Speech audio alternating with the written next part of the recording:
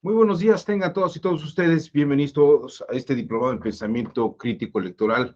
Mi nombre es Juan Abelardo Hernández y el día de hoy vamos a revisar el pensamiento crítico en el análisis de sentencias. En particular, vamos a ver si alcanzamos a revisar dos para ver el fenómeno del pensamiento crítico aplicado en las resoluciones, sobre todo en la sala superior. Eh, Cuando hablamos de pensamiento crítico, les decía yo que hay que pensar las formas de qué otra forma es posible algo. ¿Cómo es posible que otra cosa pueda ser? Les ponía yo el ejemplo hace, hace unos días, bueno, cuando comenzó este pensamiento, este diplomado de pensamiento crítico electoral, sobre tal vez lo que había hecho Copérnico cuando, cuando propone que la Tierra no es la que gira alrededor, digo que la Tierra no es el centro del universo y el Sol gira alrededor de ella, sino que el Sol es el centro del sistema y la Tierra gira alrededor de ella. ¿Qué tan posible y qué tan viable es esto? Y vamos a ver cómo hay elementos que han influenciado críticamente la toma de resolución de asuntos en, en temas electorales. Voy a comenzar con una resolución que fue conocida como violencia política de género. Violencia política de género, en concreto, esto ocurrió en Iliatenco. Tal vez para muchos es un caso muy conocido, pero me gustaría comentar algunos aspectos innovadores de este tema. Déjenme compartir la pantalla.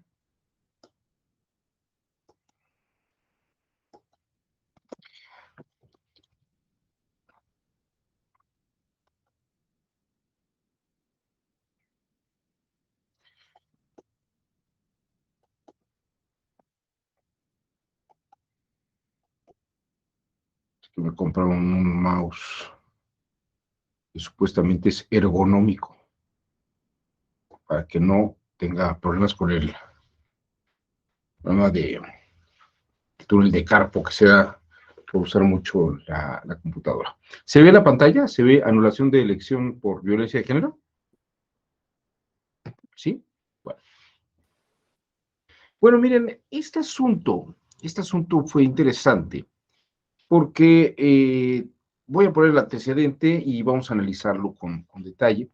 Eh, Ruperta Nicolás Hilario era presidenta municipal de Iliatenco, Guerrero, y en la campaña de posible reelección de ella, compitió contra Eric Sandro Leal Cantú, del Partido del Trabajo. Ella pertenecía al partido Movimiento Ciudadano. Esto fue en septiembre del 2021. Bueno, la elección fue unos meses previos, pero el asunto llegó a una anulación. ¿Qué es lo que ocurre lo que ocurre aquí principalmente? Bueno, voy a dar algunos antecedentes. La sala superior, siguiendo algunos parámetros de la CEDAW, que es la Convención sobre la Eliminación de todas las formas de discriminación contra la mujer, establece la idea de violencia contra la mujer o el concepto de violencia contra la mujer en el artículo 9, señalando lo siguiente. Hay que seguir la definición que está en el número 19 de la convención, que dice que la violencia está basada en género. Y entonces establece la siguiente recomendación. La expresión violencia por razón de género contra la mujer se utiliza como un término más preciso que pone en manifiesto las causas y los efectos relacionados con el género de violencia. Entonces, prácticamente es la manifestación de una violencia, valga la redundancia, contra la mujer. En el número 10 bueno, está la Recomendación General número 35 sobre la violencia por razones de género contra la mujer y que está actualizando la Recomendación General número 19 que hicimos referencia hace un minuto. El comité, en el número 10 de este número 35 que está modificando el 19, dice, el comité considera que la violencia por razón de género contra la mujer es uno de los medios sociales, políticos y económicos fundamentales a través de los cuales se perpetúa la posición subordinada de la mujer con respecto al hombre y sus papeles estereotipados. Hay una cierta percepción de cómo se puede hacer violencia a una mujer. La sala superior, tomando todas estas consideraciones del convenio, de la convención, señala que la violencia política por razones de género son aquellas acciones y omisiones basadas en elementos de género y dadas en el ejercicio de los derechos político-electorales. Este es el marco de lo que vamos a abordar el día de hoy y el análisis de la sentencia sobre el tema de Iliatenco. Entonces, la violencia política de género es la siguiente. Son acciones y omisiones basadas en elementos de género, y dadas en el ejercicio de los derechos político-electorales. Es decir, tiene que darse en el campo de los derechos político-electorales y tiene que ser elementos de género. Vamos a detectar estos dos factores. Que tengan por objeto menoscabar o anular el reconocimiento, goce o ejercicio de derechos políticos de las mujeres que puedan ocurrir tanto en el ámbito público como privado y puedan ser simbólica, verbal, patrimonial, económica, psicológica, física y sexual. Dado esto, tal como señala la lámina, es posible considerar que un acto de violencia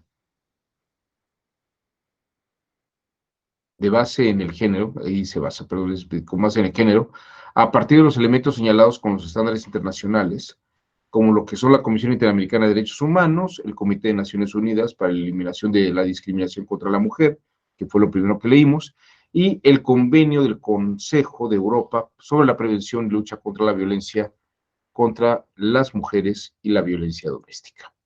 Bueno, vamos a ver el antecedente del tema de Iliatenco Guerrero y me parece que es una buena nota para seguir de introducción.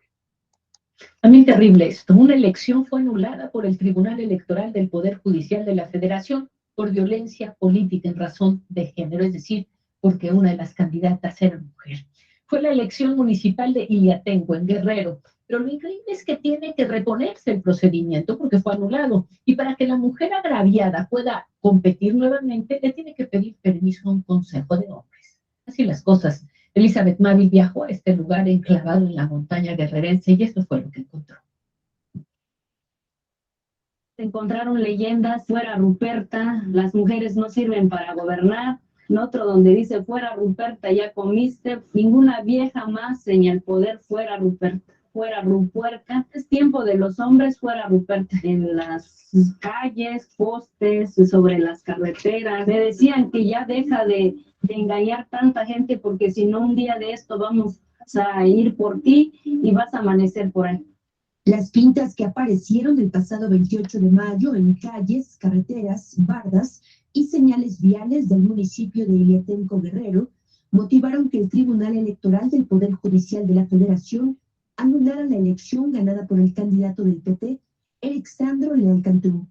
No es válido que por obras fabricadas, desconocemos quién fue el actor, hayan tumbado una elección. Sí nos duele el fallo, porque no fuimos culpables.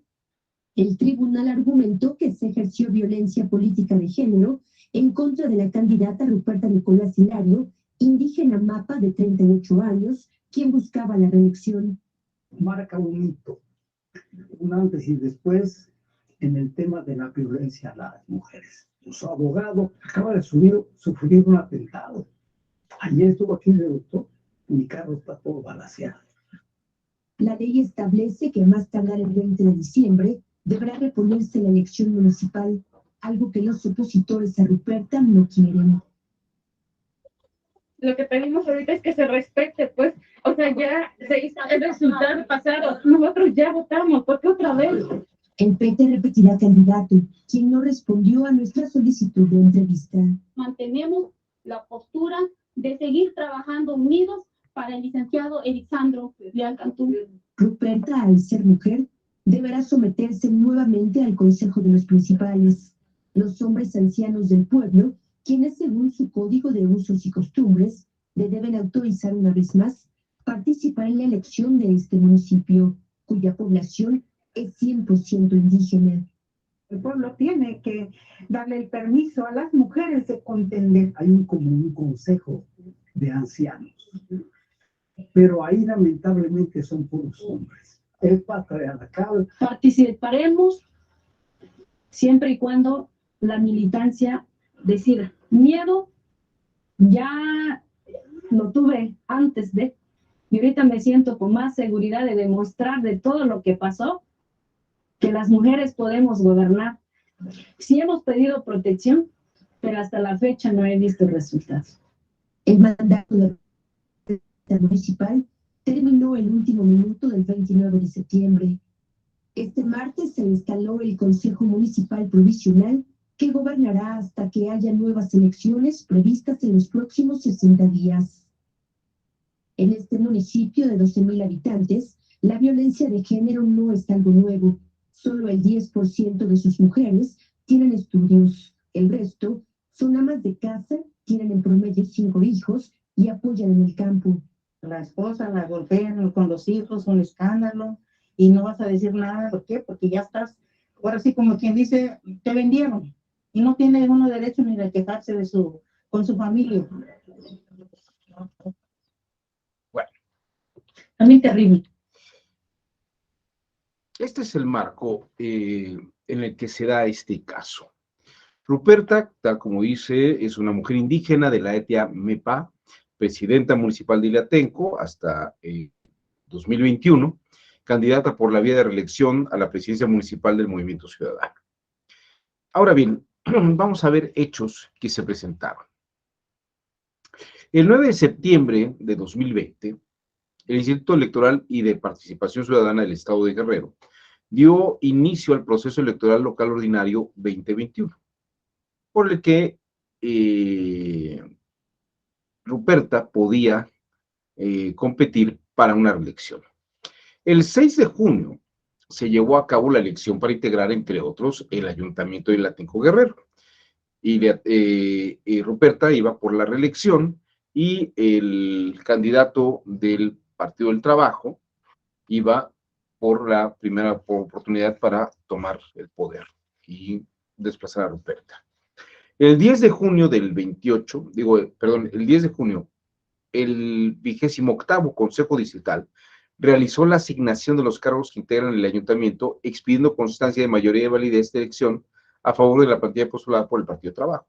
Es decir, nuestro personaje, Eric Sandro Leal Cantú, ganó las elecciones de Iliatenco. Ahora bien, hay una serie de hechos relevantes que van a ser objeto de debate. Y sobre esto vamos a ver cómo se genera una forma de razonamiento crítico en una resolución de conflicto jurídico por violencia política de género. Hay una serie de hechos relevantes, tal como lo vieron ustedes en el reportaje. En 14 lugares de Iliatenco se pintaron frases como "fuera Ruperta", "es tiempo de hombres", "ninguna vieja más en el poder", "las mujeres no saben gobernar", "fuera", "las viejas no sirven", así como pinta sobre la imagen de la cara de la candidata, de la que aparenta ser barba y bigote. Bueno, ahí tienen ustedes, quiero que no pierdan de vista lo que se señaló como violencia política de género, que es precisamente acciones, en este caso son acciones, no omisiones, en elementos de género y que se están dando en el ejercicio de derechos políticos electorales. Y prácticamente están menoscabando y anulando el reconocimiento y goce del ejercicio de los derechos políticos de las mujeres. Ahora sí que está como dibujado el libro clínico, listo como para el caso. Aquí hay un menoscabo, un desprestigio, una anulación de los derechos políticos de las mujeres, señalando que las mujeres no sirven, que las mujeres no saben gobernar, ninguna vieja más al poder, y además están haciendo mofa de la imagen de Ruperta. Ciertamente el asunto se acompañó de otro tipo de carteles. El 28 de septiembre se recibió un escrito presentado por integrantes de la Red Mujeres en Plural e integrantes de la Red para el Avance Político de las Mujeres Guerrerenses y también integrantes de la Red Nacional de Mujeres Defensoras del Partido en Toro, con la pretensión de ser colaboradoras y llevar a cabo un trabajo de amicus curiae, es decir, ayudar en las investigaciones y tratar de resolver el asunto. ¿Qué es lo que pasó en realidad? En realidad no sabemos y no se sabe quién pintó y quién orquestó esta campaña en contra de Ruperta, a 15 días de la elección. Lo que sí es cierto es que, pues, se dañó la imagen y se está dañando a Ruperta.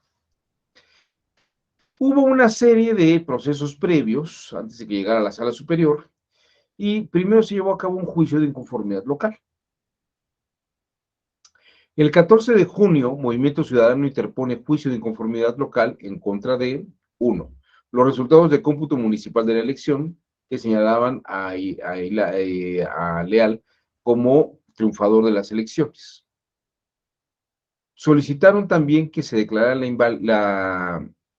estaban impugnando la validez de la elección y que no se diera la constancia de mayoría expedida al triunfador. Eso fue lo que se estaba manifestando como inconformidad. ¿Qué resolvió? Eso fue en junio. ¿Qué resolvió la primera instancia? El 5 de agosto el tribunal local confirmó los resultados de cómputo, o sea, dijo, sí ganó. La declaración de validez de elección, pues sí también se dio efectivamente la elección es legítima, y la expedición de constancias de mayoría otorgada a la persona integrante de la planilla postulada en el Partido del Trabajo. Se consideró que si bien se acreditó la realización de los distintos actos de violencia política por razones de género contra contra la candidata Hilaria, Ruperta Hilaria, estos no habían resultado determinantes para anular la elección. De ahí que confirmara sus resultados la declaración de validez y la expedición de constancia de mayoría. Sí, en la primera instancia le pareció que, pues, hombre, sí hubo actos de violencia de género, pero, fíjense, esta es la palabra interesante, no había resultado determinante. Es decir, no hay una prueba o no consta que efectivamente esa conducta haya impactado en que la candidata perdiera la elección. Ese es el enfoque. Fíjense que aquí lo que quiero que vean ustedes es que esta primera instancia lo que está evaluando es si efectivamente esas acciones son determinantes, esta es la palabra de clave, son determinantes para impactar en el resultado de la elección. Solamente se ve el resultado de la elección. Y como dicen, bueno, pues es una cosa de impacto de comunicación, pero no hay una prueba científica fehaciente de que alguien haya pintado esto sea condición suficiente como para que haya perdido la candidata. Luego se llevó a cabo un juicio de revisión constitucional electoral. El 9 de agosto, Movimiento Ciudadano promovió juicio de revisión constitucional electoral ante la Sala Regional Ciudad de México. El 25 de septiembre, la Sala Regional Ciudad de México resolvió revocar la resolución emitida por el Tribunal Electoral del Estado de Guerrero. Es decir, le dijeron sí hay que anular y declarar la nulidad de la elección del Ayuntamiento de Iliatenco en el proceso electoral 2021. El 26 de septiembre, los recurrentes del Partido Trabajo interpusieron ante el tribunal, ante la Sala Superior, recurso de reconsideración. Y ahí está el juicio, Sala Superior, para que se evaluara esto. Ahora bien, les quisiera mostrar que aquí hay dos cosas que están en juego. La primera de ellas es que ciertamente tal vez no es clara la determinancia, y esto se ha discutido mucho y está en debate, sobre que efectivamente estos avisos, estos anuncios, afectarán la elección. Pero fíjense que aquí quiero mostrarles el estándar probatorio de la Corte Interamericana de Derechos Humanos, que tiene una serie de estándares que son muy interesantes y muy importantes, sobre todo en lo que son criterios de valoración de la prueba. A diferencia de un sistema local, en un proceso en el que se busca un responsable y sancionar al responsable por un acto indebido, la Corte Interamericana lo que busca es confirmar que se hayan violado derechos, que se hayan violado los derechos. Déjenme platicarles un caso que me tocó ver aquí en la Ciudad de México, cuando la Corte Interamericana sesionó un par de días, creo que fue una semana prácticamente, acá en la Biblioteca Nacional de México, allá en la Ciudadela de la Ciudad de México. Y era un caso, la verdad es que fue muy ilustrativo para todos los que no conocemos cómo funcionaba la Corte Interamericana, pero fue un caso muy ilustrativo de una persona, un haitiano, que viaja, bueno, que migra a República Dominicana para trabajar. Se le dio un permiso y va a trabajar. Esta persona pierde contacto con su familia durante 20 años. Y en República Dominicana, de pronto, lo deportan por falsear la identidad. Es decir, le dijeron, usted no es esta persona que está diciendo que es, porque no hay nadie que lo reconozca como tal. Entonces, sus papeles ya están vencidos y lo deportan nuevamente a Haití. Y entonces dice que hubo una violación a sus derechos humanos. No hay prueba de que haya falseado, no hay prueba de que haya falseado los documentos. Pero hay una serie de argumentos de que, pues, los documentos han vencido y que, pues, nadie da constancia de su identidad. La persona está casada, tiene unos hijos, tiene 2 hijos o 3 hijos, no recuerdo bien, y pues él dice que le violó los derechos. Entonces dicen, bueno, demuestre usted que sí fue la persona y que el gobierno de República Dominicana en realidad excedió en sus derechos. Y fíjense que los estándares de la Corte Interamericana son muy interesantes aquí. Fíjense, los estados no comparecen como sujetos de acción penal, es decir, la República Dominicana, en este caso que le estoy platicando, no es un indiciado que está siendo investigado por violación de derechos humanos, ¿no? No es necesario que se identifique individualmente a las personas responsables de los hechos, ¿no? Sabemos que ocurrió esta deportación y esta persona dice que violaron sus derechos. Pero la Corte Interamericana ya sabe que ocurrió la deportación, sabe que fue el gobierno de la República Dominicana, pero no está en juego la República Dominicana. Lo que están averiguando es si efectivamente había razones y fundamentos, o bien si hubo una violación de sus derechos. En este caso, pues no tiene aplicación los principios de presunción de inocencia indubio pro reo porque no está en juego la inocencia o la culpabilidad del gobierno de República Dominicana, como les platiqué. Y tampoco se aplica el estándar de prueba más allá de toda duda razonable, porque precisamente no estamos viendo este aspecto esencial. Pero, ¿qué es lo que sí revisa? El estándar de prueba de la Corte Interamericana establece la probabilidad prevalente, ¿no?, de que efectivamente se han violado los derechos. Aplica diversas hipótesis posibles en torno a un mismo hecho y debe referirse a aquello, ¿no? Y la finalidad es lograr la verdad judicial de que efectivamente hubo esta violación de derechos. A diferencia de otros procesos, en la Corte Interamericana, incluso los indicios pueden servir para validar que hubo una violación de derechos. Incluso los indicios. Fíjense, les platico un poco el caso para regresar luego a Iliatenco. En el caso de esta persona de Haití,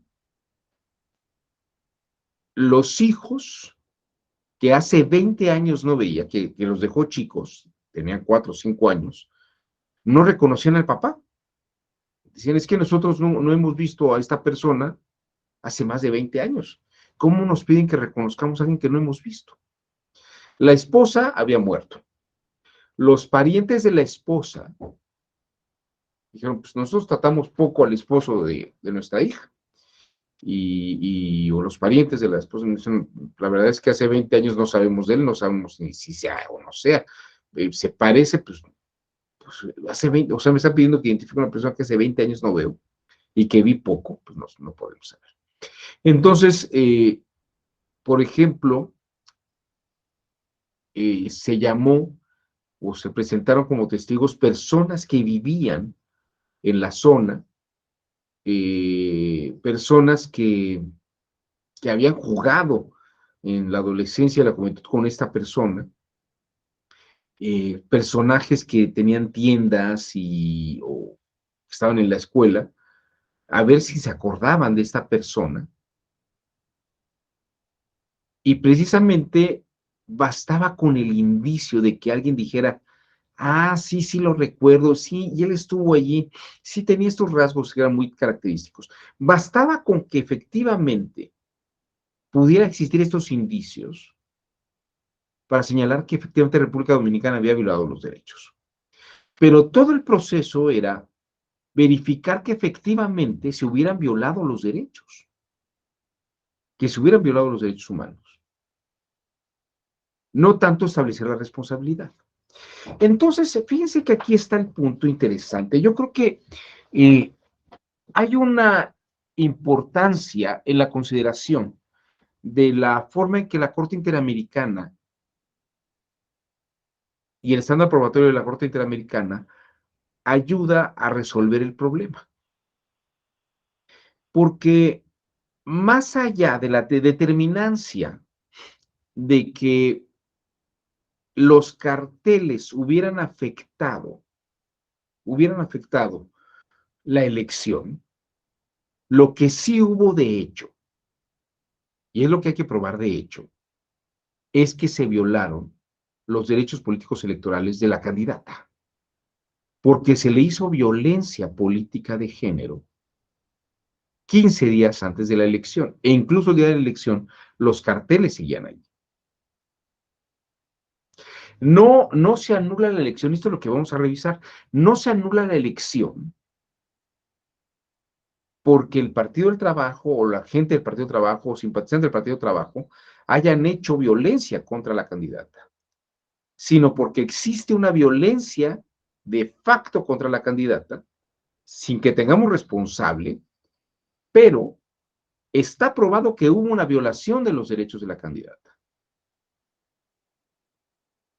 Esto creo que es muy importante, hay que tener una fineza para darse cuenta que el estándar probatorio es ver que se violaron los derechos, no tanto para sancionar a alguien, sino para reponer o reparar el daño que se le hizo a la candidata. Esta es la parte fina que me gustaría que vieran ustedes. Edgar Gorostieta, levantaste la mano, adelante, te escuchamos.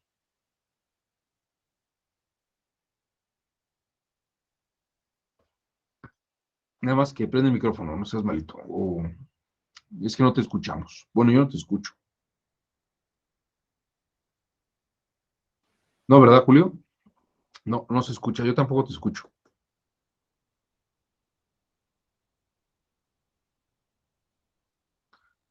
Bueno, Edgar, si quieres, checa el equipo en lo que avanzo. A ver, aquí dice, no puedes activar. No sé, a ver. No se reinició el equipo. Ah, no sé, reinicio el equipo. Ok.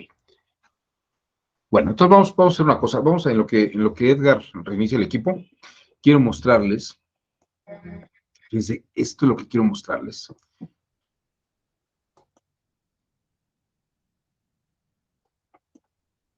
En el recurso,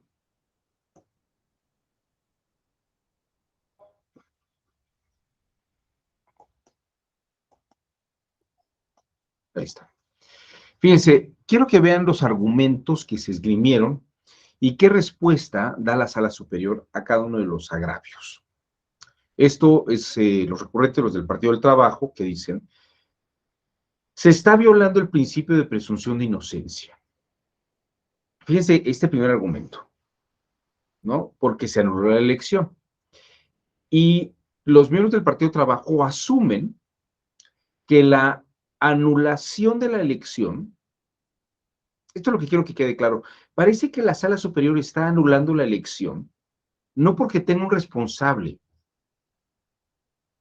y esté acusando al Partido del Trabajo o a los integrantes o simpatizantes del Partido del Trabajo. No está castigando al Partido del Trabajo.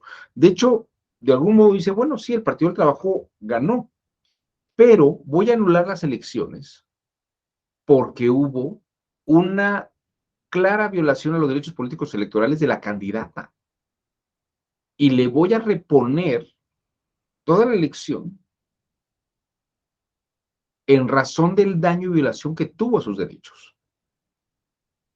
Por eso quiero que vean ustedes cómo la Sala Superior combate estos agravios. Fíjense, primero el Partido del Trabajo dice, están violando el principio de presunción de inocencia. No debió anularse la elección sin probar que los actos de violencia política por razones de género fueron cometidos por los candidatos ganadores, simpatizantes, militantes o diferentes partidistas. Se debe contar con elementos objetivos para considerar que fueron determinantes para el resultado de la elección. Perdónenme, esto la Sala Superior dice, espérame, yo no estoy diciendo que haya sido tú, ni estoy presumiendo, ni estoy asumiendo que eres culpable. Y tampoco estoy diciendo que haya sido determinante. Pero lo que sí te estoy diciendo es que a tu agravio, esto es inoperante. O sea, no opera tu agravio porque yo no estoy llevando a cabo el procedimiento o el proceso en razón de juzgarte a ti. Por eso dice, el argumento es inoperante. No opera ahí el argumento. La Sala Regional no señaló como culpables a los ahora recurrentes ni a algún grupo de personas específicas, toda vez que no existían medios probatorios para atribuir la realización de las conductas denunciadas, sino que se limitó a inferir que quien fuera responsable de los actos constitutivos de violencia política de género debía tener intereses políticos contrarios a la de la afectada. Entonces, yo no estoy violando tu presunción de inocencia. De hecho, no te estoy responsabilizando a ti. Solamente digo que sí ocurrió este daño y que alguien lo hizo porque tenía intereses en contra de la candidata. Agravio segundo. No se encuentra acreditada la atribuibilidad, así lo puso el secretario o la secretaria, de la conducta denunciada. O sea, no se le puede atribuir la conducta denunciada. No puede sancionarse con la nulidad de la elección, violación al principio de presunción de inocencia. O sea, repiten otra vez la presunción de inocencia. Pero dicen, es que además esos hechos no me los puedes atribuir a mí. Primero, me violas el principio de inocencia. No, te estoy violando el principio de inocencia porque yo no estoy diciendo que todo es el culpable. Es que no me los puedes atribuir a mí, segundo agravio. Y fíjense lo que responde. La determinación de anular la elección no puede basarse únicamente en el hecho de que la conducta violatoria tenga atribuibilidad o que se pueda atribuir, sino que es necesario analizar el contexto de manera integral, así como su impacto y determinancia en el resultado de la elección. O sea, puede ser que sea determinante, pero sí tiene un impacto. Sí hay un impacto. Tal vez no sea determinante, pero sí hay un impacto. Lo que se busca con la nulidad de la elección no es castigar a los recurrentes, o sea, ahora sí se lo dice explícitamente. No le estoy quitando el triunfo castigándolos. Si bien la revocación es una consecuencia jurídica inevitable, lo cual no implica que se les esté sancionando atribuyendo la comisión de los actos de violencia, ¿no? La nulidad no es para castigar, es para reponer un derecho. No estamos sancionando a nadie, sino que estamos mostrando que sí hay una violación al derecho. 3, dice el Partido del Trabajo. Bueno, ok, no me violas el principio de inocencia, no me lo puedes atribuir a mí. Bueno, pero las pintas tampoco, vamos a considerar, no se acredita que haya habido una afectación a la candidata. Y dicen los del Partido del Trabajo, no se encuentra acreditado el hecho de que se haya afectado la votación en todas las casillas o que la supuesta violencia política de género se haya suscitado durante un tiempo preponderante de la campaña.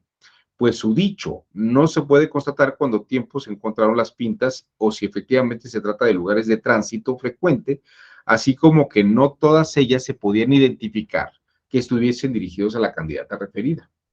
Bueno, decir que las mujeres no sirven y que las mujeres no deben de gobernar en la elección en la posible reelección de la candidata, pues yo creo que sería ingenuo pensar que no se refieren a ella, ¿verdad?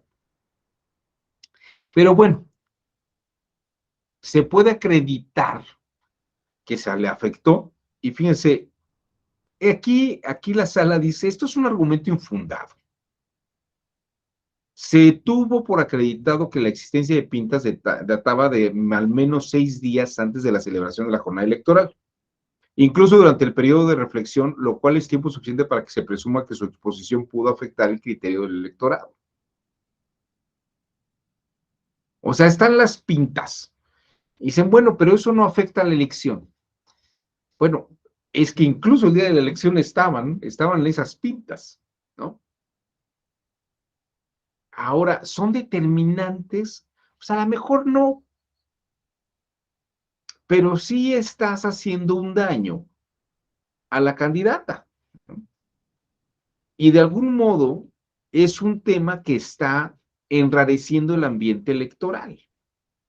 Aquí es donde el pensamiento crítico diría, no me hace falta, fíjate, y con el estándar probatorio de la Corte Interamericana, porque además es un derecho constitucional, además es un tribunal electoral, ¿no? Constitucional. Se están violando derechos humanos, ¿no? El Tribunal Electoral del Poder Judicial de la Federación protege esos derechos constitucionales en materia electoral.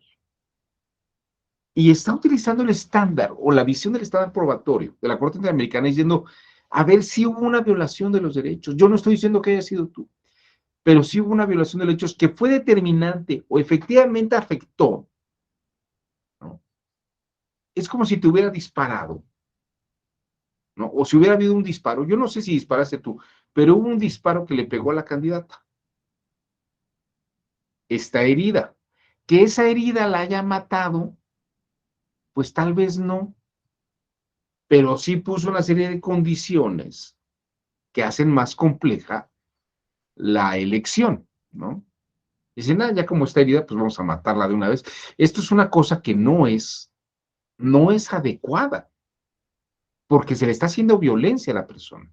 Y quiero que vean ustedes que la sala superior está siguiendo un criterio, o está pensando en la posibilidad de que aunque no haya un implicado directo, tampoco está presumiendo que haya sido el Partido del Trabajo.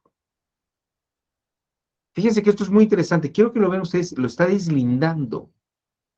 Y los agravios que está señalando el Partido del Trabajo, parecería que el Partido del Trabajo está diciendo, es que parece que me estás acusando a mí, por eso me anula la elección.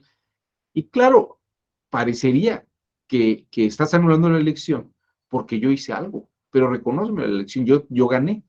Aquí lo interesante de todo esto es que si hubiera habido un poco de empatía política por parte del Partido de Trabajo, tal vez podría haber dicho, ¿sabes qué? Voy a colaborar contigo porque tienes razón, yo no fui, pero eso que se le hizo a mi oponente, ¿no? A mi adversaria, no se le debe hacer porque si me lo hubieran hecho a mí tampoco es adecuado. Si mi candidata en el Partido de Trabajo hubiera sido una mujer, tampoco hubiera estado de acuerdo que hubiera ocurrido eso. Fíjese que ahí tal vez hay una falta de empatía del partido político. 4, agravio cuarto. Las incidencias no se dieron cerca de la ubicación de casillas. O sea, sigue insistiendo sobre, parece que está defendiendo un punto en el que concede que esas pintas sí pueden ser atribuidas a ellos, y lo que están mostrando es que puede haber una determinancia. Aunque la determinancia tampoco es absoluta, porque les repito, es un juicio constitucional, y se está determinando, bueno, más bien se está verificando, bajo el estándar probatorio de la Corte Interamericana, como un criterio posible que efectivamente se haya violado el derecho. No que haya sido determinante ese hecho, ¿no? Para que se vea la elección. Se pretende relacionar una irregularidad ocurrida en un lugar deshabitado con sus respectivas localidades. Las pintas están en carreteras, primordialmente a partir de ellas no se puede generar una perspectiva de determinancia. Claro, dicen, bueno, pues por ejemplo, están en vías de alta velocidad, ¿no? Bueno, el hecho de que estén en vías de alta velocidad, a lo mejor una persona que va a alta velocidad y que ni siquiera es de ahí, que nada más va de paso, pues le es exactamente igual la pinta o no. Pero también hay gente que va caminando por esa vía alta velocidad. Y esas personas que son las que habitan en ese lugar, pues sí lo pueden ver. ¿Qué es determinante? Pues no es determinante. No existe la manipulación, y esto está muy comprobado, ¿no? No porque me pongas más un anuncio, yo lo voy a creer, ¿no? Si esto fuera cierto, pues la gente que vende detergentes o jabones se haría millonaria, ¿no? Porque todo el mundo cree lo que dice el anuncio. La verdad es que el producto puede comercializarse, pero no convencer a todo el mundo que efectivamente es así. Aquí la sala responde que el argumento es infundado e inoperante. Lo infundado radica en que se analizó la ubicación de cada uno de los mensajes o pintas, o sea, en qué parte están. En donde no se ubicaron casillas de la ciudadanía, al trasladar a la casilla electoral, perdón, lo estoy leyendo mal. O sea, en donde no se ubicaron casillas la ciudadanía, al trasladarse a la casilla electoral que correspondía necesariamente, transitó por donde se encontraban dichos mensajes. Aquí hice una transcripción de la sentencia, pero creo que estaba mal redactada la sentencia en ese sentido. O sea, en realidad lo que se está queriendo señalar es que, aunque el lugar donde están las pintas no hay casillas, la gente que sí vota tuvo que pasar por esos lugares para ir a la casilla para votar. Y se concluyó que justamente con aquellos lugares fue donde la candidata tuvo una cantidad considerablemente menor con respecto al ganador, ¿no? Entonces, ahí está infundado, ¿no? No hay fundamento para decir que el hecho de que no estuviera en la casilla, pues no haya afectado. De hecho, tuvo menos votos. Esa podía ser un indicador. No es determinante, pero es un indicio que bajo los estándares de la Corte Interamericana, solamente con un indicio podría darse una muestra de que sí hubo una violación al derecho. Y en cuanto a la inoperancia, el hecho de que las carreteras en donde se encontraban las pintas sea una vía transitada de alta velocidad no implica que sean menos posibles, ¿no? Menos visibles. Dicho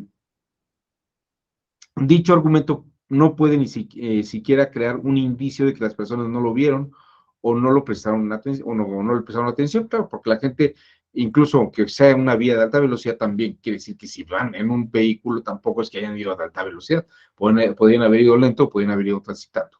Entonces, eso es inoperante, es decir, no hay un indicio que diga que efectivamente, y el hecho de que no haya estado en la casilla, la gente no hubiera podido ver eso. Entonces, en ese caso, es inoperante porque sí pudieron haberlo visto, y es infundado porque los lugares no son donde se votó, pero sí son lugares donde sí hubo menos votos. A ver, antes de continuar con el agravio quinto, vamos a ver si Edgar ya logró entrar y arreglar su micrófono. Edgar Gorostieta, ¿lo lograste? Creo que no está Edgar, ¿verdad? Ah, no, sí está Edgar. Bueno, Jesús Alberto Robledo, te escuchamos, Jesús Alberto. Gracias, doctor. Pues la verdad que es un caso bastante interesante.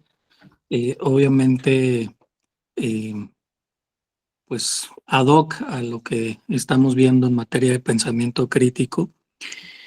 Desde mi punto de vista, pues obviamente hay una violencia por razón de género que está acreditada. No se puede atribuir efectivamente, como ya se nos mencionó, a alguna persona o ente político determinado. Y en ese sentido, pues bueno, las autoridades electorales, desde mi punto de vista, pues tienen que hacer lo necesario para que estos actos no se estén repitiendo de manera recurrente. Mi pregunta más bien va encaminada a otro sentido.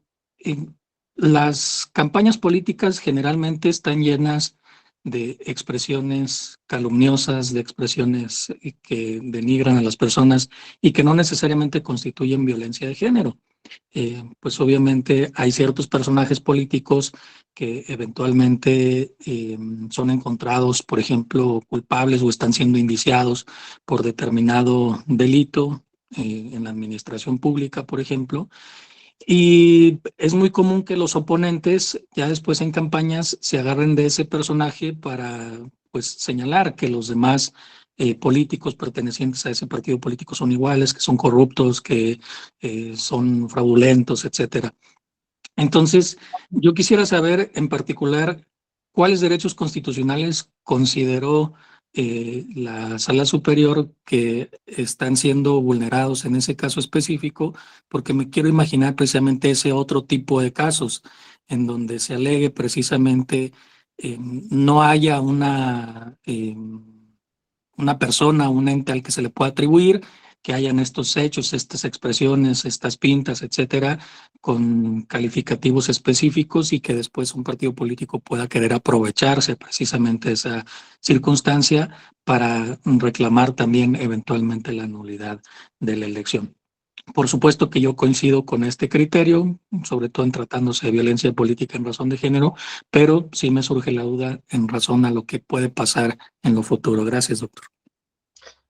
Fíjate, Jesús Alberto, que esto que estás comentando a mí también me tiene muy inquieto. Tuve la oportunidad de platicar hace unos días con el jefe de la unidad de investigación, el maestro Jesús Silva Adaya,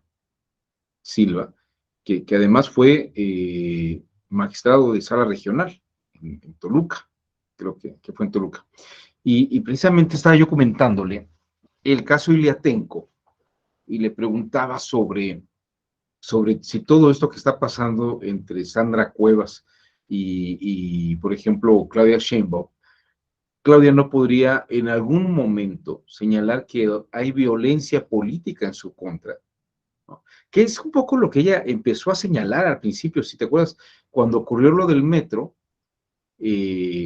bueno, cuando empezaron los eventos recientes del metro, que chocaron dos convoys y generó la muerte de 20 personas. Y se habló más de la muerte de una muchacha de 18 años. Pero en realidad hubo 19 muertos más, de los cuales casi no se habló. La jefa de gobierno dijo que era una campaña de violencia de género contra ella. Y es interesante porque, fíjate que es curioso, me decía el maestro, bueno, no es para empezar, no estamos en tiempo de elección. Entonces, puede decirse también que es una campaña negativa, pero por actos que han sido atribuidos y que se le están atribuyendo a la jefa de gobierno. No está prohibida la campaña negativa, sobre todo si no estás en tiempos de campaña, ¿no? Pero una cosa es la campaña negativa y otra cosa es que estés haciéndole violencia a los derechos de esa persona, ¿no? Que estés violentando su oportunidad de pelear o de estar en la contienda electoral con igualdad de condiciones. En este caso, como si hay una serie de responsabilidades administrativas, yo me acordaba también de esa campaña que decían contra López Obrador. Creo que desde la primera vez que contendió por la presidencia, es un peligro para México.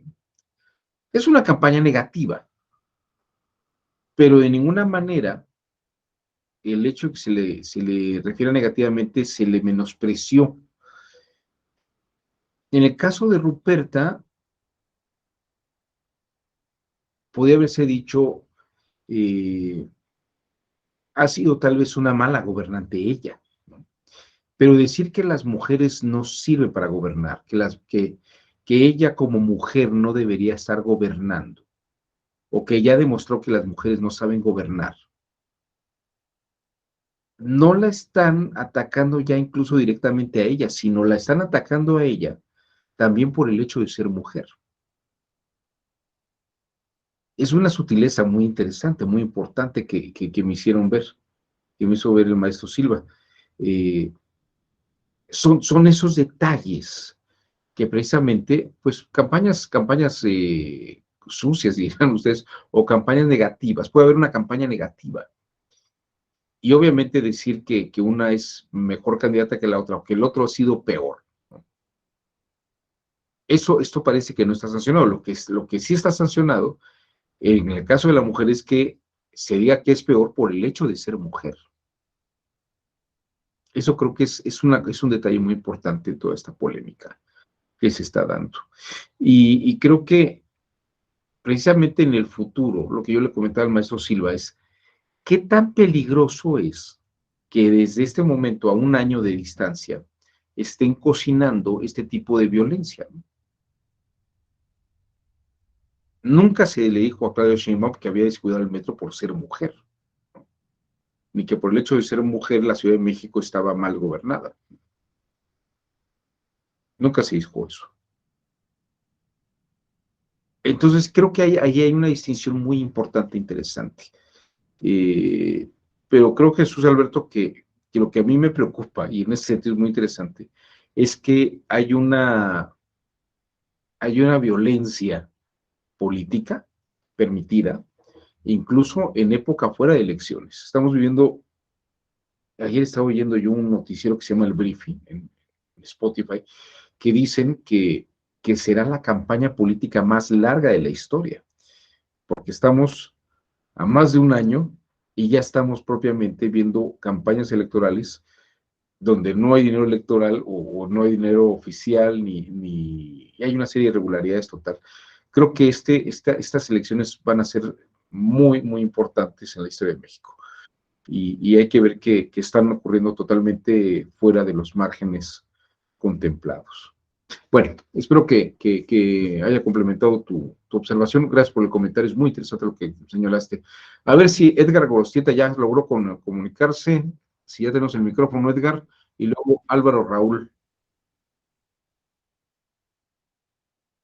Adelante, Edgar, te escuchamos.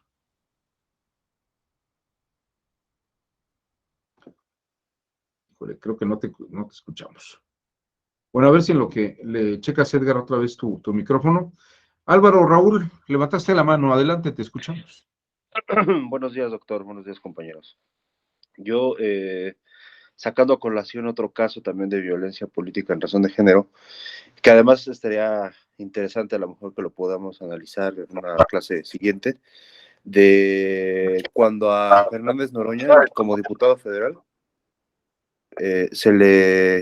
en el uso de la tribuna, Fernández Noroña alude, ¿no?, a una legisladora del PAN, y la legisladora del PAN lo denuncia, ¿no?, por violencia política en razón de género, y casi de los primeros argumentos que utiliza Noroña, pues es, primero, que no puedo ser reconvenido, ¿no?, de mi derecho constitucional, después que no puedo, en el uso de mi libertad de expresión, ¿no?, como ciudadano, y bla, bla, bla. Y bueno, pues la Corte sí lo sentencia, ¿no? Y le dice, pues es que sí cometiste violencia política en razón de género, y te tienes que disculpar públicamente, y te tienes que ir a tomar tus cursos y todo esto, ¿no? Entonces, a mí me gustaría, no sé, después que a lo mejor analizar con base al pensamiento crítico, pues cuáles fueron los elementos que está utilizando la Corte, o bueno, el tribunal, para determinar que existe esta violencia, porque ahora ha sido muy recurrente, principalmente, pues sí, Morena, PT, lo digo porque yo lo veo desde adentro, siempre son los que los terminan denunciando, el PAN o el MC, ¿no? De que pues de que tengan mucho cuidado con lo que están diciendo, porque pues sí, una cosa es el debate político y otra cosa es pasar a la agresión, pues en razón de género, ¿no? Entonces, esos criterios son muy interesantes y ojalá lo podamos analizar en una subsecuente. Gracias, profesor. Te prometo, Álvaro, que voy a revisar el caso. No lo tengo a la mano, sé que ocurrió. Sé que Fernando Noroña ha sido un personaje muy polémico. Es un personaje muy, muy peculiar. Y creo que... Déjame revisar, te prometo que en estos días reviso la resolución y a ver si le tenemos tiempo en esta semana para ver ese asunto, si no la siguiente semana. Sí, porque digo, sobre todo esa parte que le digo aluden siempre primero como legislador no puedo ser reconvenido y después mi derecho de mi libertad de expresión, ¿no? Que es ahora con lo que se están yendo. Y, por ejemplo, en la reforma también electoral está esa parte, ¿no? De que ellos pueden ejercer su libertad de expresión en todo momento, así sea en campaña, porque pues, es mi libertad de expresión, ¿no? Entonces, es muy interesante por dónde se están queriendo ir. Sí, es interesante. Fíjate que lo que tengo un poco más presente es lo que pasó cuando el presidente de la República le pidió al INE que suspendiera las mañaneras, y él decía que estaban violando su derecho de libertad de expresión, que no iba a hablar sobre temas electorales, pero que no iba a dejar de dar las mañaneras, ¿no? Y fue todo un tema el asunto de libertad de expresión. Pero bueno, también, ahora que comentemos este asunto, nos vamos con este otro tema. A ver, parece que Edgar, ahora sí ya por tercera vez ya logró, y creo que ya se logró conectar el audio. Por ahí te escuché, Edgar, ¿cierto? ¿Ya me escucha, doctor? Perfectamente, ya un poquito lejos, pero ya te escuchamos. Adelante. Cambié al teléfono, pero bueno. Oiga, doctor, usted comentaba en un principio que íbamos a analizar un par de casos. No sé si para no adelantarme, el segundo caso es precisamente la elección de Atlautla en el Estado de México. No, es otra cosa distinta. Ok, bueno. Pero si quieres comentarlo. Sí, con relación, al caso que acabamos de analizar, creo que efectivamente ya sentó un precedente y esto se ve reflejado en la elección del 6 de junio del 2021 que se celebró para elegir a las autoridades municipales en el Ayuntamiento de Atlautla en el Estado de México. Bien, los agravios presentados por la parte que había ganado la elección, en este caso fue la coalición Juntos Haremos Historia, ellos ganan la elección y el PRI y su candidata meten un recurso por violencia política en razón de género contra la candidata.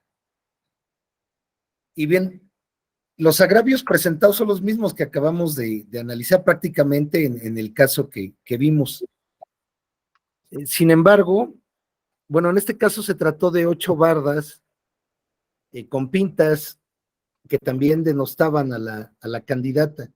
Aquí lo interesante es que la sala superior, al resolver, porque primero la sala regional, perdón, la sala de Toluca, la local, pues dice que no, que la elección no se anula y que queda igual, prácticamente por los mismos argumentos que usted nos acaba de comentar. que no hubo una determinancia, que no se pudo determinar, bueno, aparte una determinancia en los votos, pues, y además que no había quien achacarle la pinta de esas bardas. Sin embargo, como que se crea una nueva doctrina en este caso y empieza la sala regional a desmembrar los impactos de los bienes jurídicos que acarreó esta violencia política en razón de género. Se violaron los derechos político-electorales, primero de la candidata, pero dice que en segundo lugar también, bueno, algo así recuerdo más o menos, que era contra todas las mujeres, o sea, se impacta de manera negativa a todas las mujeres, porque esto reforzaba la persistencia de juicios en el ejercicio de los cargos de elección popular por parte de las mujeres, y que además era una afectación generalizada de los principios democráticos, que son los que deben de regir a una sociedad. Mire, yo trabajo en el INE y precisamente la 21 Junta Distrital Ejecutiva nos tocó realizar la elección extraordinaria. Sin embargo, digo, yo no acuso a nadie, ni mucho menos, pero la opinión generalizada que me tocó percibir es que las bardas fueron pintadas por la misma candidata. Y digo, no sé si se entiende a dónde quiero llegar.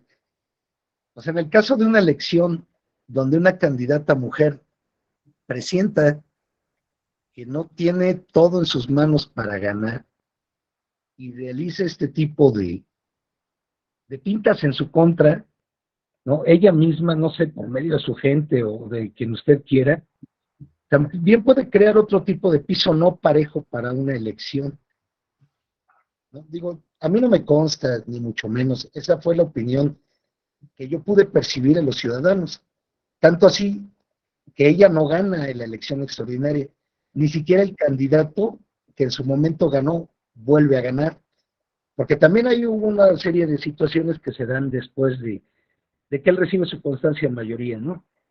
Pero bueno, el comentario era ese, doctor. Yo creo que es un caso muy interesante y más la determinación que tuvo la Sala Regional de Toluca de cómo desmembra propiamente los agravios recibidos en su momento por la candidata, pero generalizando a todas las mujeres.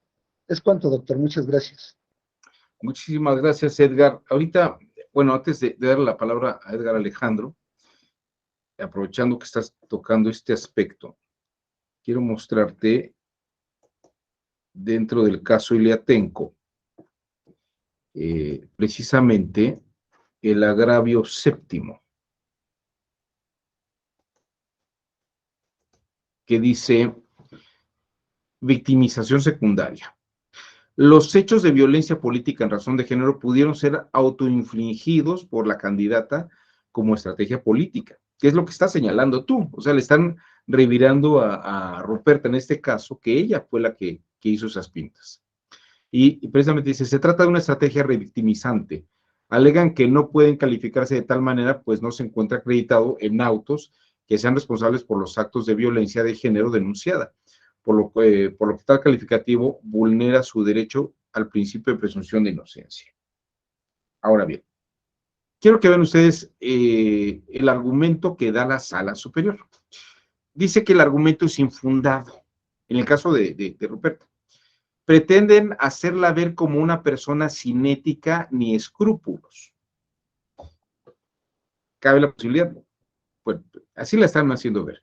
Descalifica la acusación sin fundamento con la que pretenden culpar a la candidata de dichos actos con la supuesta intención de obtener un beneficio político como parte de la estrategia, pero no cuentan con pruebas. Esto, como tú lo dices, a mí no me consta, ¿no? Pero hay una percepción de la gente que así fue.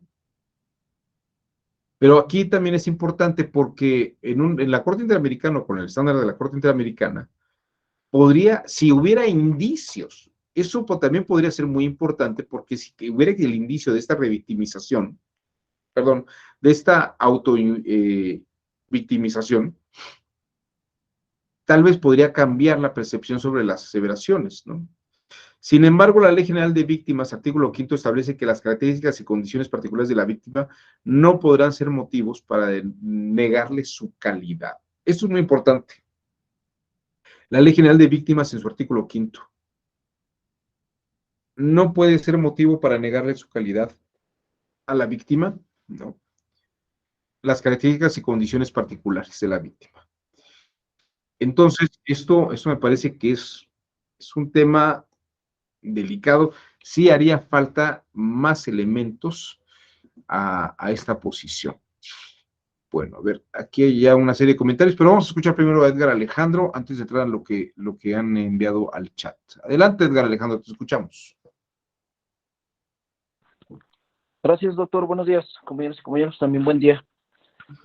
Solamente quisiera hacer bueno, no quisiera ser regresivo porque usted, profesor, en algún momento comentó que íbamos a tocar el asunto de Noroña. Del asunto de Noroña. Que lo iba a investigar, digo, que okay, lo iba a estudiar, comentábamos, pero no en esta sesión. Okay. Ok, gracias, profesor. Pues precisamente yo creo que también es bueno ahí aportar en los comentarios para ver si se resuelven las dudas de aquí del compañero, porque en ese asunto, bueno, en algún momento lo analizamos y lo aplicamos, ¿sí? Los motivos por los cuales la Sala Superior pudo sancionar a Noroña, en primer término, fue que a pesar de que estuviera en un aparente ejercicio parlamentario, en realidad Noroña estaba celebrando un evento. Se encontraban en el marco de un evento legislativo, más no en el ejercicio de la función legislativa. De ahí que haya podido incidir o haya podido analizar esa conducta de Noroña, a pesar de que estuviera en el Parlamento, en contra de la diputada que lo denunció. Y en relación a la libertad de expresión, la Sala Superior en ese asunto sostuvo que pues, no hay derechos absolutos, se encuentran limitados a salvaguardar el derecho de las terceras personas, ¿no? La moral y pues sí, los límites constitucionales, ¿no? Del artículo 6. Entonces, prácticamente, pues esos eran los temas que creo que el compañero quería esclarecer, que por qué la Sala Superior había podido analizar esas conductas a pesar de que se encontrara dentro del recinto parlamentario. Pero fue prácticamente eso, o sea, en ese asunto Noroña no era diputado, no estaba ejerciendo una comisión, no estaba integrando comisión, algún comité, ni estaba en el Parlamento formalmente como diputado, sino se encontraban en el marco de un evento político, meramente. Es cuanto. Muchas gracias por el comentario de Alejandro. Ahorita que te estoy escuchando, te voy a narrar algo que a mí me parece que creo que es no tan preciso, pero creo que sí es, como dirían los expertos, mutatis mutandi, es análogo un poco. Fíjate que estuve trabajando un par de años en la Fiscalía General de la República y el encargado de que no llegó a ser procurador, pero estuvo encargado por más de un año de la Procuraduría General de la República, en una reunión de directores y de altos cargos que teníamos en la PGR, a puerta cerrada, nos hizo ver lo siguiente. Nos dice, ciertamente hay, fíjate qué interesante, nos decía, tenemos ubicados a personas dentro de la Fiscalía, dentro de la PGR, dentro de la Procuraduría en aquel entonces, que están vinculadas con el crimen organizado y hacen desaparición forzada. Y entonces decían, bueno, ¿por qué no se proceden contra estas personas? Y fíjate que es muy interesante, dicen, lo único que tenemos es que estas personas tenían licencias médicas. Y fíjate, yo no sé si tú lo sepas, yo no lo sabía, pero te lo platico. Cuando un servidor público, un policía federal, por ejemplo, un policía federal de investigación, está con licencia médica o está de vacaciones, y hiciera un levantamiento y desapareciera a alguien, no está en función, fíjate lo que te voy a decir, no está en función de servidor público. Entonces, que alguien que está con licencia médica, ¿no?, haga un levantamiento y desaparezca a alguien, no se tipificaría, ahora sí ya se puede porque ya se modificó el tipo, pero en aquel entonces no se tipificaba como desaparición forzada. Entonces, fíjate que es muy interesante porque parecería que la gente tiene responsabilidades en tanto que está en función en ciertos puntos. Entonces hay puntos ciegos. Digo, señalando, yo no estoy excusando ni señalando que estuvo bien o mal, pero entiendo lo que pasó con Oroña. Entró en un punto ciego en donde se pudo decir algo y escudarse. Pero fíjate que esto es bien curioso porque si uno revisa el nuevo Código de Ética Judicial Electoral, uno de los temas que se maneja en el campo de la ética, no, en el campo de la ética judicial, ni siquiera está normativamente en un reglamento, pero sí es un código de ética. Te dicen, tú tienes una investidura como servidor público y tienes que dar una dignidad al cargo. O sea, el hecho que tú tengas, por ejemplo, una red social, ¿no? Pero no estás en tu horario de trabajo o estás de vacaciones. Hay cosas que no deberías o no tendrías por qué estar subiéndolas a tu Facebook o a tu Instagram o a tu Twitter, ¿no? Porque tienes que cuidar la investidura que tienes. Esto es bien importante porque si solamente lo vemos por función, pues sí hay puntos ciegos donde en la función puedo decir de pronto cosas que no van a afectar, pero el autor del comentario, ya dañó la investidura. Es que no estaba en funciones de senador, de diputado, ¿no? No, pero ya manchó la investidura. Tal vez no por el momento ciego en el que estaba legalmente hablando, pero sí ocurrió. O sea, la persona está operando independientemente del momento técnico en el que lo está haciendo. Yo creo que es un vacío legal muy interesante que pone en ocasión de hacer daño y salir impune por esas condiciones técnicas en las que uno se encuentra. Pues ese solamente sería mi comentario, Edgar Alejandro. Yo entiendo que podría haber una excusa, pero me parece que éticamente hablando, y como un servidor público, con una ética de servidor público, con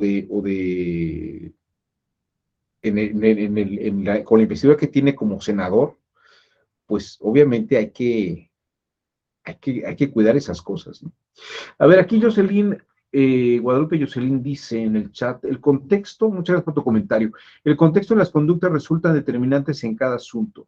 En el tema de Claudia, al ser servidora, se somete a un estándar mayor de crítica derivado de sus acciones u omisiones durante su ejercicio, y a ello no le ha incluido elementos de género.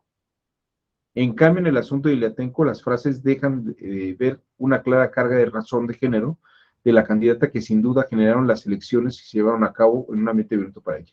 Es decir, la voluntad de la ciudadanía se pudo ver viciada. Claro, estoy totalmente de acuerdo con lo que dice Guadalupe. Y efectivamente, en el caso de Claudia Sheinbaum, no hay una crítica por temas de razón de género, aunque ella fue una cosa en la que reviró. En la primera ocasión que lo dijo, fue cuando ocurrió el metro. Me dice, esto es una violencia en contra de mi condición de mujer.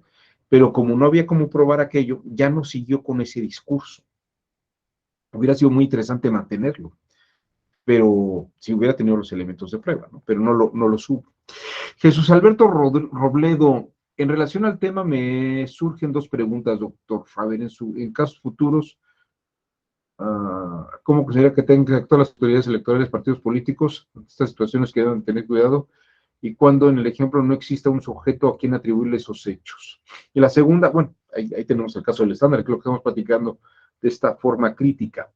Y la segunda, a fin de evitar la sanción mayor que sería la anulación de la elección y también para salvaguardar los actos válidamente celebrados, ¿qué tanto serán obligados la parte actora a denunciar continuo? A ver, perdón. Y también para salvaguardar los actos válidamente celebrados, ¿qué tanto están obligados la parte actora a denunciar estos hechos que desde el momento en que se conozcan y no esperan que se celebren las elecciones y pedir luego la nulidad.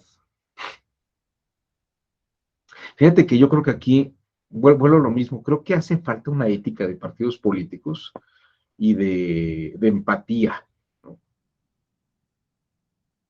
Porque en el caso de Iliatenco, tal vez como lo mencionó Edgar, tal vez no hubo una determinancia clara, porque en la elección siguiente, el candidato del Partido del Trabajo ganó, ¿no? O sea, nuevamente salió electo.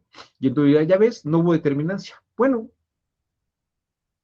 no es eso tampoco determinante y tampoco es muy claro, ¿no?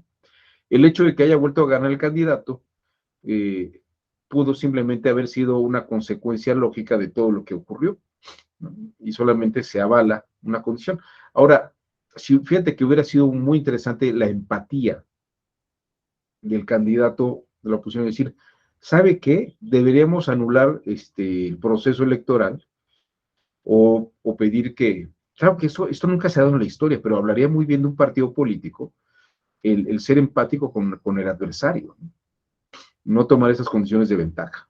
Pero sería muy interesante. Así que hemos visto tiempos muy raros. Yo sé, Julio César, que suena muy extraño, pero creo, te voy a decir una cosa, hasta podría ser una buena campaña política o un buen acto. Se vería muy bien, hasta dirían, hombre, hay que votar por este, y vamos a votar por esta, pero vamos a votar por este porque tiene una altura política que no tiene nadie, ¿no? Eso hubiera sido muy interesante. Edgar, comentaste aquí algo más. Se me pasó a comentar que en ningún momento en el caso Atlautla, los partidos políticos se deslindaron de las pintas. Fíjate, eso es peor aún. O sea, no niegan, pero no conceden, pero no niegan. Esto es, nunca negaron haber sido ellos quienes realizaron las pintas. Y fíjate que creo que en el caso de Iliatenco tampoco. Y esto último se concluyó en la determinación de la sala regional. Bueno, un poco esto, ya nada más para terminar con el caso de Iliatenco y platicar un poco del otro caso. Así me da un poquito de tiempo. Si no lo platicamos mañana. ¿Qué se concluyó en estas condiciones? A ver. Ahí está. La magistrada Mónica Arali Sotofregoso presentó la existencia de pintas con mensajes con connotaciones peyorativas en las que se tuvo por intención disminuir y afectar los derechos de la candidata a la presidencia municipal de Iliatenco Guerrero, cuyo contenido afectó la imagen pública de la víctima, haciéndola ver que por su condición de mujer era incapaz de gobernar. Este es el punto, que el ataque era por su condición de mujer, no por ella, no por ella, sino por su condición de mujer. Es un hecho que la diferencia entre el primer y segundo lugar es de 0.97% de los votos, es decir, una diferencia mínima de tan solo 53 votos, que para un municipio pues, es considerable, con lo que se cumple el elemento necesario que se actualice la presunción de pleno derecho de que la irregularidad fue determinante para el resultado de la elección. O sea, aquí dice, como fueron un tema de 53 votos, tal vez eso sí es un factor de determinancia, pero bueno, tal vez no tanto resolver. La incidencia en el proceso electoral, toda vez que la población estuvo expuesta a dichos mensajes en un periodo muy cercano a la elección, así como durante el periodo de reflexión e incluso durante el traslado de ciertas comunidades a las casillas correspondientes, pues diversos mensajes fueron colocados en lugares estratégicos que necesariamente debían ser transitados por los votantes. La violencia política de género tuvo un impacto negativo en el derecho de la víctima. Este es el punto, a mí me parece que es lo más relevante. La violencia política de género tuvo un impacto negativo en el derecho de la víctima a ejercer su derecho a ser votada. Entonces, no, pues sí pudo ser votada, pero la estigmatizaron por ser mujer. Pues la puso en una situación de desventaja ante el electorado con motivo de los mensajes denigrantes que hicieron referencias a su persona, que claramente puede presumir trascendieron al resultado de la elección, ¿no? Bueno, pues aquí un poco, hubo un voto particular de José Luis Vargas Valdés, que precisamente decía que como no podía, que estaban violando los derechos del Partido del Trabajo, pues iban a salir. Bueno. Mire, luego de que el pasado... Esto solamente a modo de epílogo, en conclusión, y entramos al siguiente caso. Y mire, luego de que el pasado 29 de septiembre el Tribunal Electoral anuló la elección para el Ayuntamiento de Iliatenco, esto es en Guerrero, debido a la violencia política de género, este fin de semana finalmente se llevó a cabo la elección extraordinaria para elegir al presidente municipal. El triunfo fue para el candidato del Partido del Trabajo, Erixandro Leal, quien precisamente fue el acusado de violencia de género. Esto fue lo que comentó al respecto. Es la nueva elección que tenemos que realizar nosotros como Iliatenco, y pues ya está rebasado el tema de lo que el tribunal dictó, y creo que hay un tema que pues ahora nos preocupa a todos, y que me es lindo hacerme todo ese tipo de actos. Bueno, el acusado de violencia política de género, y ahí está, elegido. Bueno, esto también, la forma irónica de la periodista, pues tampoco es muy grata. Bueno, esto es el primer caso que quería platicar con ustedes, que es como el caso más estigmatizante en estas condiciones. Bueno, luego el segundo caso que quiero platicar con ustedes es un caso un poco más técnico. Aquí está.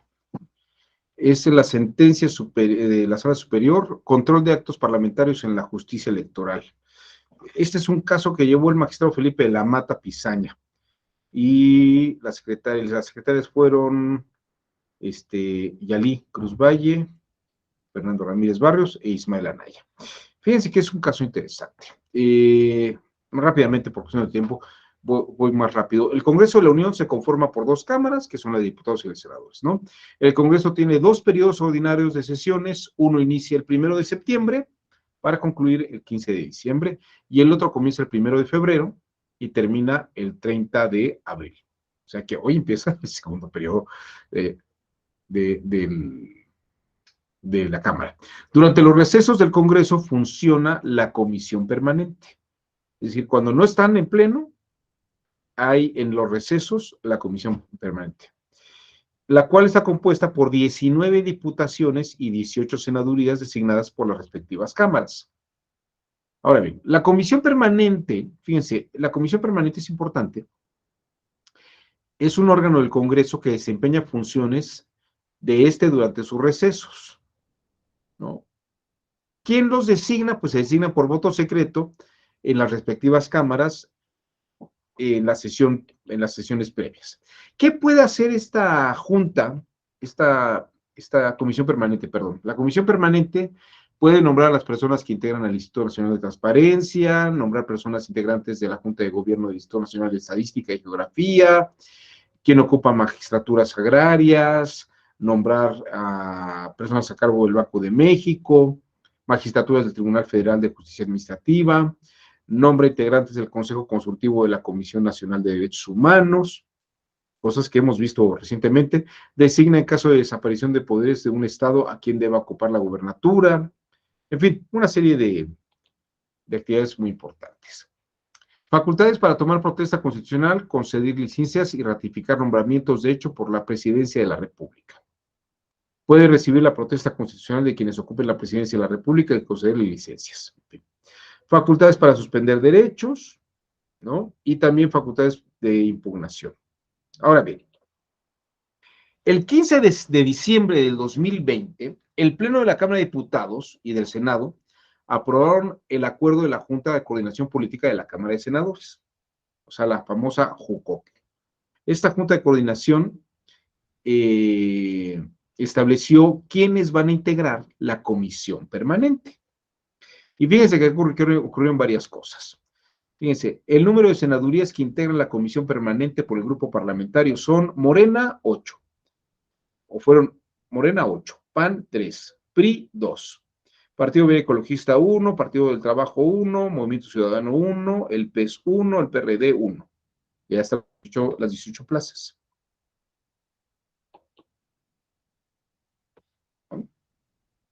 Los actores, quienes están promoviendo, en este caso, el juicio electoral, controvertieron lo siguiente. ¿Quién o quiénes deben integrar la comisión permanente? Lo debe decidir el Senado, como lo acabo de decir. Esos aspectos corresponden al ámbito del derecho parlamentario, en tanto corresponden a la organización interna del Congreso. Esto es cierto. ¿Quién determina quién va a estar en la comisión permanente? Pues el mismo Congreso. Eso en todo caso sería derecho parlamentario, ¿no? No derecho electoral. Sin embargo, fíjense qué pasó. En el caso de la Cámara de Diputados, distintas fuerzas políticas tuvieron representantes, excepto Movimiento Ciudadano. En el caso del Senado, hubo senadores independientes que no forman parte de la comisión permanente y declaran tener derecho de acceso y ejercicio de su cargo. Fíjense que entonces aquí entra el problema. Dice, si hay competencia para que lo vea la sala superior y conocer del juicio por violaciones al derecho de ser votado en su vertiente de acceso y desempeño del cargo de elección popular. Dicen, los de Movimiento Ciudadano en la Cámara de Diputados dicen, votaron por nosotros. Y en la comisión permanente tendría que haber miembros de Movimiento Ciudadano porque la gente votó por nosotros. Entonces, si por el derecho parlamentario se escogió integrantes de todos los partidos, pero no de Movimiento Ciudadano, están violando derechos electorales. Ese es el primer argumento. Luego, en el caso de la Cámara de Senadores, el argumento que se esgrimió es los diputados y los senadores independientes no tienen representatividad y entonces también hay una violación de derechos. Se les impide ejercer sus derechos electorales y atribuciones reconocidas por la ley por el hecho de que no fueron considerados por la JUCOPO, por esta junta de la comisión. Entonces, fíjense, hubo el 21 y 22 de diciembre, las senadurías que integraron la parte actora promovieron el juicio ciudadano para controvertir el acuerdo, el de la JUCOPO. Los derechos electorales de estos senadores, parte actora, fueron vulnerados y se les ha impedido ejercerlos. Los senadores independientes. En el caso de la diputada de Movimiento Ciudadano, se dice que vulneraron sus derechos de ejercer cargo como diputada porque fue designada por su grupo parlamentario para integrar la comisión permanente y la JUCOPO no la consideró a pesar de tener derecho para integrar la comisión permanente, debido a que su grupo parlamentario constituye una fuerza política que debe estar representada conforme a los criterios de la proporcionalidad y pluralidad. Y entonces aquí entra el otro tema. Bueno, esa decisión es de derecho parlamentario. Los afectados, los senadores independientes y la diputada del Movimiento Ciudadano, presentan ante el Tribunal Electoral y la gran pregunta es si el Tribunal Electoral tiene competencia en este asunto, ¿no?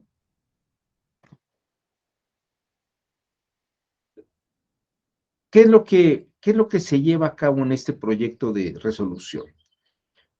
Los actos políticos corresponden al derecho parlamentario. Eso no nos queda duda y lo que haga la JUCOPO está en su derecho y no hay quien se pueda meter ahí. Los actos relacionados con los derechos político-electorales de la ciudadanía a ser votados y a tener acceso y desempeño al cargo de diputado o senador no se agota con el proceso electivo. Fíjate que esto es bien interesante, porque en la opinión de la Sala Superior, ok, ya votaron, ya se les dio el nombramiento, se les dio la constancia, ya están como diputados y como senadores. Pero ahí no se agota, ¿no? El acceso y desempeño y el proceso electivo. Dice la Sala Superior, también abarcan los derechos a permanecer en él y ejercer las funciones que les son inherentes. Entonces parece que este es el punto más interesante. Aquí hay un desarrollo de pensamiento crítico y un análisis. El derecho electoral no solamente es el triunfo electoral, sino el derecho a permanecer y ejercer las funciones para las que fueron electos. Estos derechos integran el denominado jus in officium, o sea, la posición o el derecho en tu oficio o en tu función, o bien en el estatus de la función de representación política. Entonces, parecería que el Tribunal Electoral efectivamente tiene competencia para hacerlos ver, pero tal vez lo que no tiene competencia el Tribunal Electoral es para obligar a la Junta de Coordinación Política a incluirlos. Y efectivamente, en el marco normativo nacional, no se contempla de manera clara y expresa algún mecanismo judicial adecuado y efectivo para la tutela de procesos político-electorales que se ejercen en el ámbito parlamentario, ¿no? En este caso, el Tribunal Electoral del Poder Judicial de la Federación resolverá si se afectó derecho a ser votado en la vertiente de ejercicio del cargo. Y bueno, ya nada más para concluir. Fíjense ustedes. Los senadores independientes, esta es la resolución, los senadores independientes afirman que tienen derechos como elegir y ser electos para integrar los órganos de la comisión, para los órganos del Senado o la comisión permanente. Ahora bien, en la actualidad no hay normativa sobre cómo deben estar representados en la comisión permanente de las senadurías independientes o sin grupo parlamentario. Por lo tanto, las sentencias consideran fundados los agravios, o sea, sí hay agravios, en los que la parte actora aduce que se vulneró su derecho político electoral a ser votado en la vertiente de ejercicio efectivo del cargo, por no ser considerados por integrantes de la comisión permanente. Sin embargo, como la sala superior no puede intervenir, porque es un poder independiente, el poder legislativo del poder judicial, ¿no? Y esto, la determinación de la Junta, lo que determina la Junta de Coordinación Política, la JUCOPO, para establecer la comisión permanente, lo que sí está haciendo es pues vamos a llamarle una recomendación, digamos, una observación. Se propone vincular al órgano legislativo para que realice diversas acciones para integraciones futuras de la comisión permanente. ¿No? Se propone vincular al órgano legislativo. Los efectos irresolutivos aprobados no cumplen con la finalidad primordial de la función jurisdiccional electoral, que es restituir a los quejosos en el goce del derecho vulnerado, ¿no? O sea, no puedo restituirte tu derecho, dice el Tribunal Electoral. No lo puedo hacer porque eso es materia, o sea, reconozco que te vulneraron el derecho y que está fundado, pero en la división de poderes, yo no puedo restituirte ese derecho, ¿no? La comisión permanente, digo, la JUCOPO tendría que haberlo hecho, o tendría que hacerlo, tal vez una falta de empatía de la JUCOPO, pero lo que se le pide a la JUCOPO es que en el futuro vea y prevea estas situaciones. El sistema de medios de impugnación está creado para verificar la constitucionalidad y legalidad de los actos y resoluciones concretos que se sometan a consideración del Tribunal Electoral, en tanto que la función jurisdiccional impone el deber de decidir al derecho en el caso particular. En conclusión, pues, y yo no lo sé, la verdad es que tal vez si aquí alguno de ustedes lo sabe con mayor precisión, si efectivamente la Junta de Coordinación Política ya estableció estas condiciones. Yo no lo sé. Pero esta fue una resolución precisamente del 2020, no, del 2021, del magistrado Felipe Lamata, y creo que también es una resolución en donde sí hubo, por supuesto, mucho desarrollo de pensamiento crítico porque no está previsto estas condiciones y sí habría que pensar en esas posibilidades y determinar si efectivamente hubo violación y determinar si hubo violación a los derechos políticos. Edgar Alejandro López, levantaste la mano, adelante, te escuchamos con atención. Gracias, doctor. Mire, doctor, tengo por entendido, en su momento leí que fue materia de controversia el cumplimiento de esa sentencia, porque la JUCOPO fue renuente pues a evitar el cumplimiento de la Sala Superior precisamente por el tema competencial. La Jucopo se negó a cumplir, incluso días después de la emisión de la sentencia que estamos comentando, estableció una causal de improcedencia en la ley MIME, una causal de improcedencia expresa tal cual, en el sentido de que las controversias suscitadas en el Senado, o dentro del Senado, escapan de la competencia del Tribunal Electoral. Y pues esa causal de improcedencia pues fue un signo, un elemento suficiente pues para ver la actitud de la Jucopo ante el alcance de esta sentencia y ante el alcance de esta nueva evolución de línea judicial. Sin embargo, varios partidos políticos promovieron acción de inconstitucionalidad en contra de esa causal de improcedencia y meses después, la Suprema Corte efectivamente declara inconstitucional esa causal de improcedencia precisamente por los argumentos que se sostuvo por Sala Superior, que había una línea delgada en cuanto al tema de la competencia. Sin embargo, sí, la Sala Superior sí tenía ese alcance para valorar esas controversias y, en su caso, determinar si había un derecho vulnerado, sin embargo, con ciertos márgenes ciertos límites para no restituir el derecho, como usted está comentando, doctor, pero sí se tuvo por cumplida la sentencia. Y pues también uno de los provechos que se obtuvo de esa temática pues fue que la Suprema Corte también se pronunció de manera definitiva e inatacable sobre esos temas, sobre estas temáticas, y brindó certeza y certidumbre en cuanto a que si era competencia de Sala Superior analizar estas problemáticas.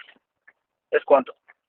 Muchísimas gracias, Edgar Alejandro. Ahí también pues se confirma que hubo pensamiento crítico por parte de la Suprema Corte. Y es interesante porque rebasan la mera limitación normativa que hay en ese momento. Se tiene que resolver el asunto, más allá de los límites de la norma, en un criterio jurisdiccional y en un criterio de establecer justicia. Álvaro Raúl Ramírez, levantaste la mano, también te escuchamos con atención.